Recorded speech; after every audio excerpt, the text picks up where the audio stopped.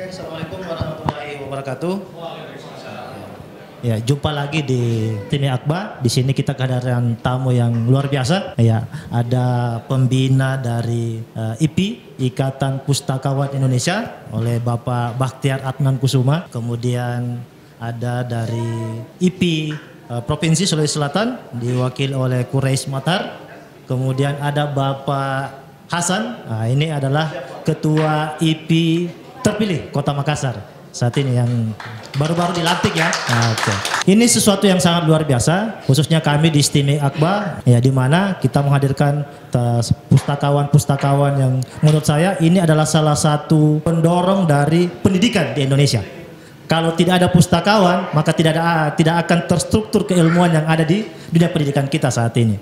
Ya, walaupun saat ini digitalisasi sumber-sumber keilmuan yang sekarang ini banyak kita jumpai di dunia internet dan segala macam, tapi itu tidak menyurutkan pustakawan untuk melakukan fungsi dan kerja dari bagaimana apalagi mengumpulkan ataupun mengadministrasikan ya Pak ya. Iya.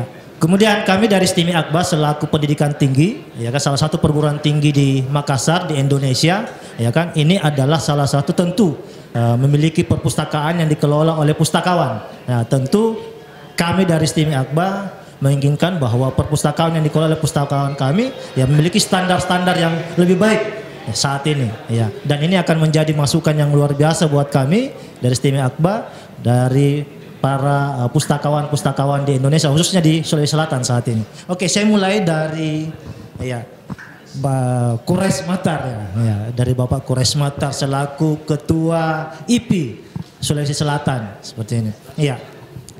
Oke. Terima kasih, Pak. Apa yang menjadi target ataupun visi saat ini di Sulawesi Selatan dengan dunia digitalisasi saat ini, ya kan? Ya, orang saat ini kan sudah tidak pernah lagi. Contoh saja, orang sekarang sudah tidak mau lagi baca-baca buku, lebih banyak baca di internet dan segala macam.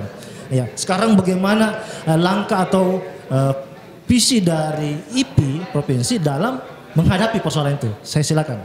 Oke, terima kasih.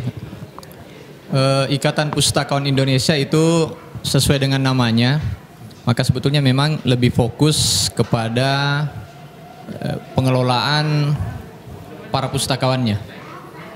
Bukan berarti bahwa perpustakaan itu menjadi sesuatu yang kita tidak urus, tapi kami itu selalu sepakat bahwa ketika pustakawan sejahtera itu akan memancing kreativitas dan imajinasinya untuk kemudian menghasilkan sebuah pengelolaan perpustakaan yang ideal.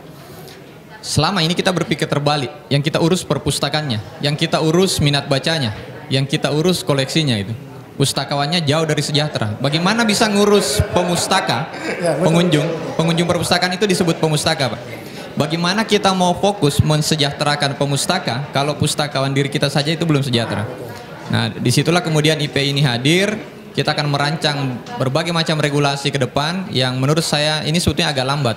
IPI itu sudah berumur 47 tahun, tetapi menurut saya selama ini agak lambat berpikir tentang program kerja yang seharusnya dilakukan. Itu sebetulnya cuma satu, yakni menerima seluruh curhat kepustakawanan dan menghasilkan regulasi dari segala persoalan tersebut.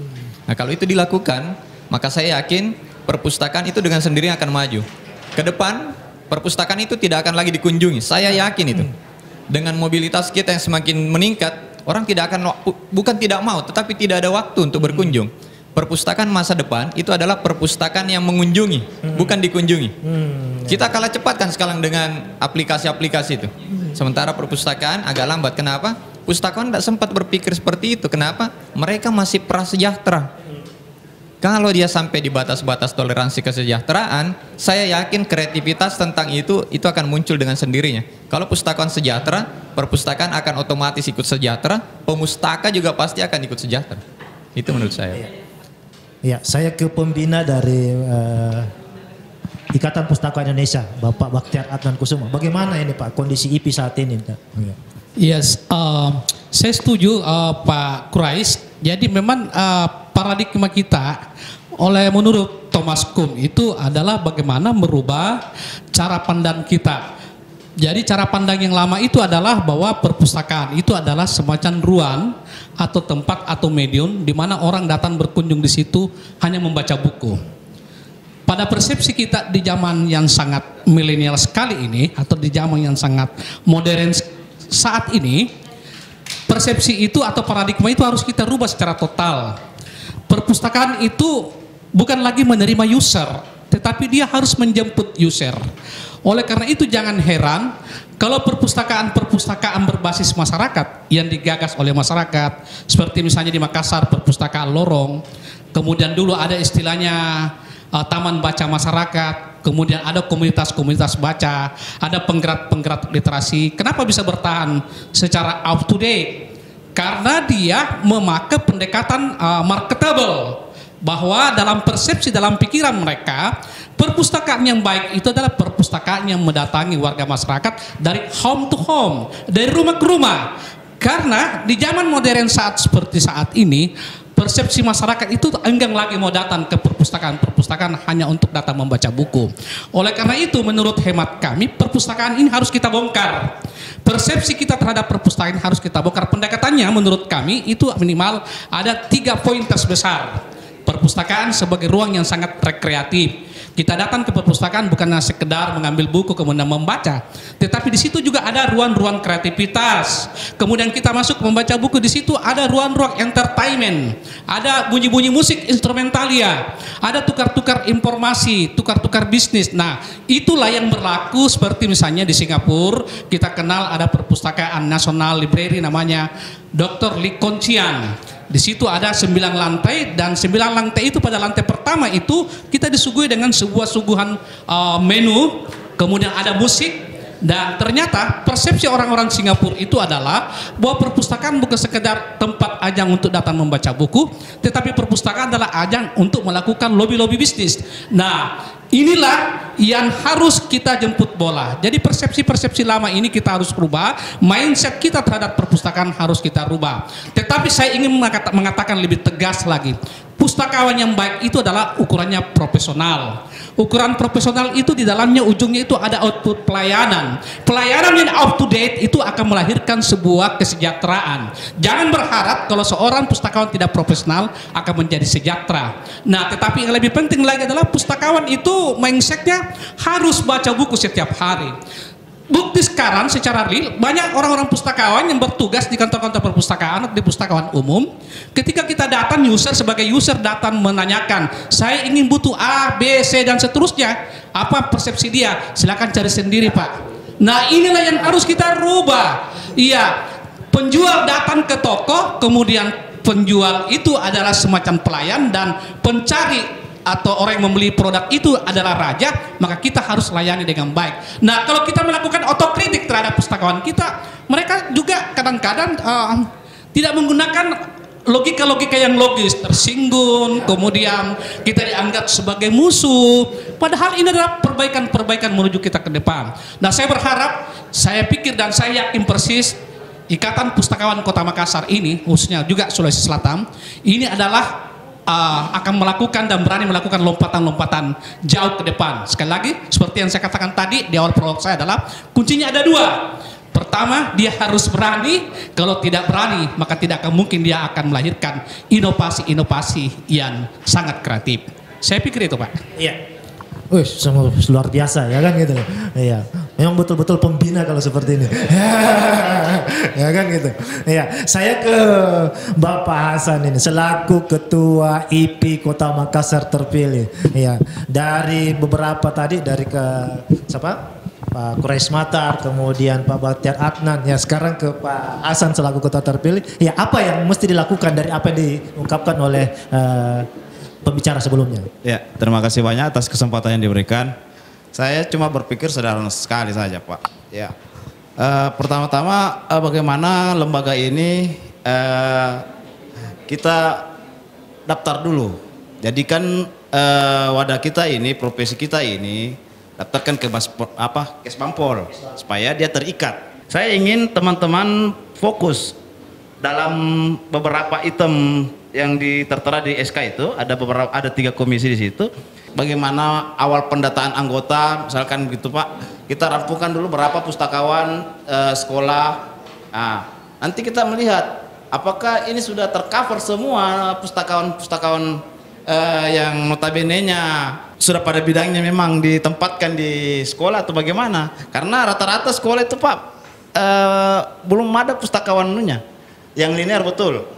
Cuma guru yang kekurangan jam itu yang biasa ditempatkan di sebagai perpustakaan sekolah. Nah, inilah tugas daripada IP, pengurus IP nanti untuk mendata itu. Dari data itulah kita coba membuat suatu regulasi. Bagaimana nantinya IP ke depan ini bisa memediasi itu. Sehingga ketika alumni yang selesai strata 1 tidak repot mencari kerja karena ada naungannya, ada wadahnya. Ya, itu barangkali Pak yang saya sampaikan selaku ketua terpilih.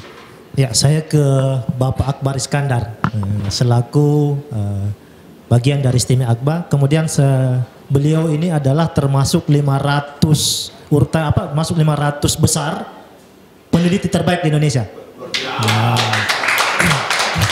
Ya. Tentu kalau kita bicara peneliti, ya kan tentu membutuhkan referensi yang sangat banyak. Ya, tentu ya sangat membutuhkan itu. Ya. Bagaimana pendapat dari Bapak Akbar Iskandar melihat kondisi perpustakaan atau pustakawan kita yang ada saat ini ya di Indonesia? Silakan Pak.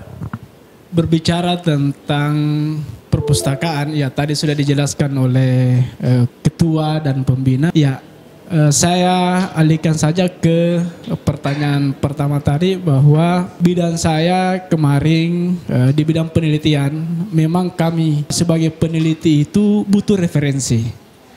Nah, referensi pertama yang kita kenal adalah buku. Nah, ketika kita mencari buku dan kemudian materi itu tidak ada, maka arahnya kita ke jurnal. Nah, para peneliti itu lebih banyak membaca jurnal. Lebih banyak membaca jurnal bukan berarti buku-buku ini ditinggalkan, tidak. Tadi host menyampaikan 500 terbaik peneliti Indonesia. Saya juga tidak menyangka Bapak Ibu. Saya tidak menyangka hanya iseng-iseng cek di Sinta itu, ternyata saya termasuk salah satunya. Nah, tadi saya sudah sampaikan bahwa ketika kita menulis hanya sendiri itu susah. 1 hari 1 lembar itu susah untuk diselesaikan. Tapi ketika kita melakukan kolaborasi, 1 buku dalam 10 hari itu bisa jadi 1. 1 buku dalam 10 hari bisa jadi 1.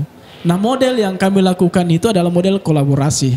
Dan inilah yang mengangkat peneliti yang ada di Stime Akbar sehingga masuk di 500 peneliti terbaik Indonesia. Seperti itu Pak. Jadi kami melakukan kolaborasi. Makanya tadi saya sampaikan kepada para pengurus, ketika kita mau melakukan menulis buku khusus pustakawan, saya berharap lakukan kolaborasi. Ada hal yang sangat saya tangkap dari diskusi kita pada hari ini menyangkut persoalan ada masalah di perpustakaan sehingga banyak orang yang tidak mau ke perpustakaan saat ini, ya kan gitu. Nah, hal apa saja yang menyebabkan banyak user yang tidak mau ke perpustakaan? Apakah tata kelolanya kah, ataukah karena perpustakaan dianggap sebagai sesuatu yang tidak menarik kah? Kan gitu. Ya, seperti saya misalnya, kan saya lebih tertarik membaca referensi di internet dibandingkan saya harus ke perpustakaan. Itu masalah saat ini, ya kan gitu loh. Apakah ini persoalan tata kelola yang dilakukan oleh pustakawan atau memang perpustakaannya sendiri yang bermasalah? Mungkin itu. Ada ya, saya mungkin ke Pak Kures Matar mungkin. Iya. Sekali lagi saya sampaikan bahwa saya memang harus fokus ke kesejahteraan pustakawan. Karena kalau dia sejahtera, kreativitasnya keluar. Ada satu contoh perpustakaan di Kanada, itu memiliki buku sastra terbanyak sedunia. Ternyata perpustakaan itu tidak pernah melaksanakan pembelian koleksi. Saya bingung kok koleksi sastranya terbesar di dunia, perpustakaannya tidak pernah membeli koleksi. Ternyata yang dilakukan oleh pustakawan di sana, karena mereka sudah sampai di pasca sejahtera, mereka buat pengumuman, semua yang punya buku sastra, novel, datang ke perpustakaan, kami siapkan. Kalau Anda peminum kopi, ngopi sampai bacaanmu habis. Mau makan nasi goreng, jadi itu disiapkan semua. Jadi orang bisa berhari-hari ke perpustakaan, yang disiapkan oleh perpustakaan itu bukan buku, tapi yang disiapkan nasi goreng, kopi, apa saja kebutuhan Anda. Pokoknya Anda merasa nyaman di situ, mau tidur di situ disiapkan bantal. Nah, saya baru tersadar ternyata perpustakaan itu, kenapa dia memiliki koleksi sastra terbesar di dunia? Saya baru sadar, kan tidak ada buku sastra novel yang mau kita baca 2 kali. Siapa yang mau baca Laskar Pelangi 2 kali? Negeri Lima Menara 2 kali. Begitu selesai, kita pasti akan simpan di situ. Ternyata perpustakaan itu mencoba melakukan pengembangan koleksi dengan cara menyiapkan makanan dan minuman pemustakaannya. Itu karena kreativitas pustakawannya. Di sekolah, ini otokritik buat kita. Perpustakaan sekolah itu hampir menjadi ruang apa ya? Jadi ruang menyeramkan buat kita kan? Betul. Saya bayangkan kok di perpustakaan sekolah, khususnya sekolah dasar. Kenapa di perpustakaan sekolah itu tidak ada mandi bola, tidak ada jungkit-jungkitan, tidak ada panjat-panjatan, dan kemudian isinya itu sebagian besar komik. Kemarin di salah satu pelantikan cabang yang lain ada yang bertanya, kami tidak ada regulasi untuk bikin komik. Saya bilang ya salahnya guru. Kenapa matematika itu tidak dibikin dalam bentuk komik? Siapa tahu nanti tiba-tiba karena tadi sudah ditantang 5 buku setiap tahun Pak Pembina, terus Pak Wakil menyebut bisa kolaborasi, tiba-tiba pustakawan bikin kolaborasi buku pengajaran bentuknya komik, isinya matematika, IPS, IPA dan seterusnya. Kalau itu terjadi, enggak usah dipaksa, anak-anak itu dilarang juga dia akan berusaha masuk. Kenapa? Di dalam situ ada komiknya, di dalam situ ada mainannya dan seterusnya. Itu yang saya bayangkan. Jadi saya sebetulnya lebih fokus pada kesejahteraan pustakawan, karena kalau dia sejahtera, kreativitasnya akan keluar. Ya, jadi intinya kesejahteraan dari pustakawan. Ya, ketika ini memang sangat penting. Ketika orang sejahtera, orang tidak memikirkan macam-macam, maka akan muncul kreativitas di situ, akan lahir. Ya, bagaimana menurut Pak Bahtiar Adnan Kusuma menyangkut persoalan itu? Iya, jadi ini menarik dan ini saya pikir adalah sesuatu yang menjadi barang baru dan kita mulai gelindingkan di Kota Makassar menyangkut mengenai masalah kesejahteraan para pustakawan. Sebenarnya pijakan kita itu bicara tentang konteks perpustakaan itu ada 3 hal. Pertama, kita merujuk kepada Undang-Undang Nomor 20 Tahun 2003 tentang Sistem Pendidikan Nasional. Di situ sangat global diatur bagaimana peran guru, bagaimana peran perpustakaan, dan bagaimana peran masyarakat di dalam menghidupkan reading society, kemudian dalam menghidupkan library khususnya yang ada di masyarakat kita. Kemudian diperkuat dengan Undang-Undang Perpustakaan tadi Nomor 43 Tahun 2007, kemudian PP 24 Tahun 2014 implementasi daripada Undang-Undang 43 tadi. Nah, ada hal menarik. Memang persoalan kita sekarang adalah khususnya di sekolah-sekolah SMA. Seperti di SMA 17 ketika saya masuk itu tahun 2013 anak pertama saya diterima. Sebuah sekolah yang bertaraf internasional pada waktu itu, tetapi ukuran perpustakaannya itu adalah ukuran sebesar dengan ukuran toilet. Oleh karena itulah saya melakukan satu terobosan, kita mencoba mencari sumber-sumber pendanaan yang tidak menggunakan dana orang tua ke pusat, dan akhirnya kita mendapat bantuan dana mendirikan perpustakaan di belakang lapangan basket. Nah, pertanyaan kita, kalau kita berpatokan kepada PP 24 tadi itu, sebenarnya di setiap satuan pendidikan itu minimal harus ada satu tenaga pustakawan yang bertitel dari D1 atau D3 atau S1. Pertanyaannya adalah ironis sekali, jadi kepala perpustakaan di SMA 17 itu seorang guru matematika yang tidak memiliki ilmu keprofesionalan di bidang perpustakaan dan punya nama sekolah besar tetapi tidak punya tenaga perpustakaan profesional. Ini tantangan. Jadi saya tantang Pak Ardi pada waktu itu ketika beliau juga baru masuk di sana. Pak Ardi ini harus menjadi contoh pertama di Makassar, menjadi kepala perpustakaan yang memang disiplin ilmunya dari ilmu perpustakaan. Nah, inilah yang sebenarnya yang menjadi satu persoalan kita semua, persoalan kita bersama. Kita tidak ingin teman-teman sudah berupaya secara akademik 4 tahun mengejar mimpinya menjadi seorang pustakawan profesional, tiba-tiba masuk di pada satuan pendidikan bertugas, Anda ditempatkan pada bagian administrasi, bukan pada sebagai dalam kapasitas sebagai kepala perpustakaan. Oleh karena itu, kewajiban kita sekarang adalah menciptakan atau memperjuangkan regulasi bahwa di seluruh satuan pendidikan, khususnya di Makassar ini ada kurang lebih 24 SMA, SMK, kemudian tadi saya sebutkan ada SMP sekitar 50. Kita berkewajiban dimulai IPI bersama-sama kita bergandengan tangan sebagai orang tua siswa bahwa kita ingin mendoktrin pemerintah memperjuangkan harus ada regulasi minimal dalam bentuk perwali bahwa ajakan seruan semua satuan pendidikan itu yang menjadi kepala perpustakaan itu adalah pertama harus yang bertitel D1, D3 atau S1 ilmu perpustakaan, itu satu. Kemudian kedua, kita menolak adanya titipan-titipan guru karena untuk mendapatkan tambahan kredit yang guru biologi atau guru bahasa Indonesia menjadi kepala perpustakaan, itu tidak benar. Karena selama ini berlaku, maka ini sama halnya menafikan profesi ilmu perpustakaan. Kita ingin mengangkat marwah dan martabat ilmu perpustakaan itu, pustakawan itu. Dan siapa yang memperjuangkan itu kalau bukan kita-kita? Ya harus dimulai dari IPI Kota Makassar. Kritik, otokritik. IPI Kota Makassar selama ini hanya datang ke sekolah-sekolah, mencatat-catat buku, seperti di Sempenan, saya ketua komite, Tulus dan kawan-kawan datang mencatat-catat buku, kemudian mengeluarkan rekomendasi bahwa ini sudah lolos sebagai perpustakaan terbaik. Sebenarnya saya tidak setuju. Tugas pustakawan profesional itu bukan data mencatat-catat buku, itu kemudian mengeluarkan sertifikat. Perpustakaan atau dinas perpustakaan Kota Makassar tidak berwenang dan tidak berkewajiban mengeluarkan satu regulasi yang mengesahkan seolah-olah bahwa di SMP yang bersangkutan sudah memiliki perpustakaan berakreditasi A, B, dan seterusnya. Itu tugas IPI Kota Makassar, karena dia adalah organisasi profesi. Iya, ini barangkali perlu kita rombat ke depan dan kita perjuangkan bersama-sama. Iya. Nah, mungkin dari Ketua IPI Makassar ada yang ya menyambung dari pembina dari IPI tadi. Untuk kesekian kalinya Pak ya betul. Ini memang berat Pak, karena kita harus memulai ini. Makanya saya mengharap kepada teman-teman pengurus, kita bersatulah bagaimana kita mengawali dari pendataan. Karena bergerak tanpa data itu omong kosong. Kita akan ditertawai Pak, apalagi yang kita mau sampaikan ini ke jenjang pemerintahan. Nah, kalau data kita tidak klop, kita jadi bahan ejekan. Nah, jadi kalau untuk membuat regulasi, saya mohon kepada teman-teman, kita coba merangkak dari awal. Yang namanya merintis sesuatu organisasi itu sangat berat tantangannya. Saya coba bagaimana bermanfaatlah untuk orang lain, walaupun bukan nantinya saya menikmati. Paling tidak anak cucu kita yang merasakan. Ya saya pikir itu saja Pak. Iya.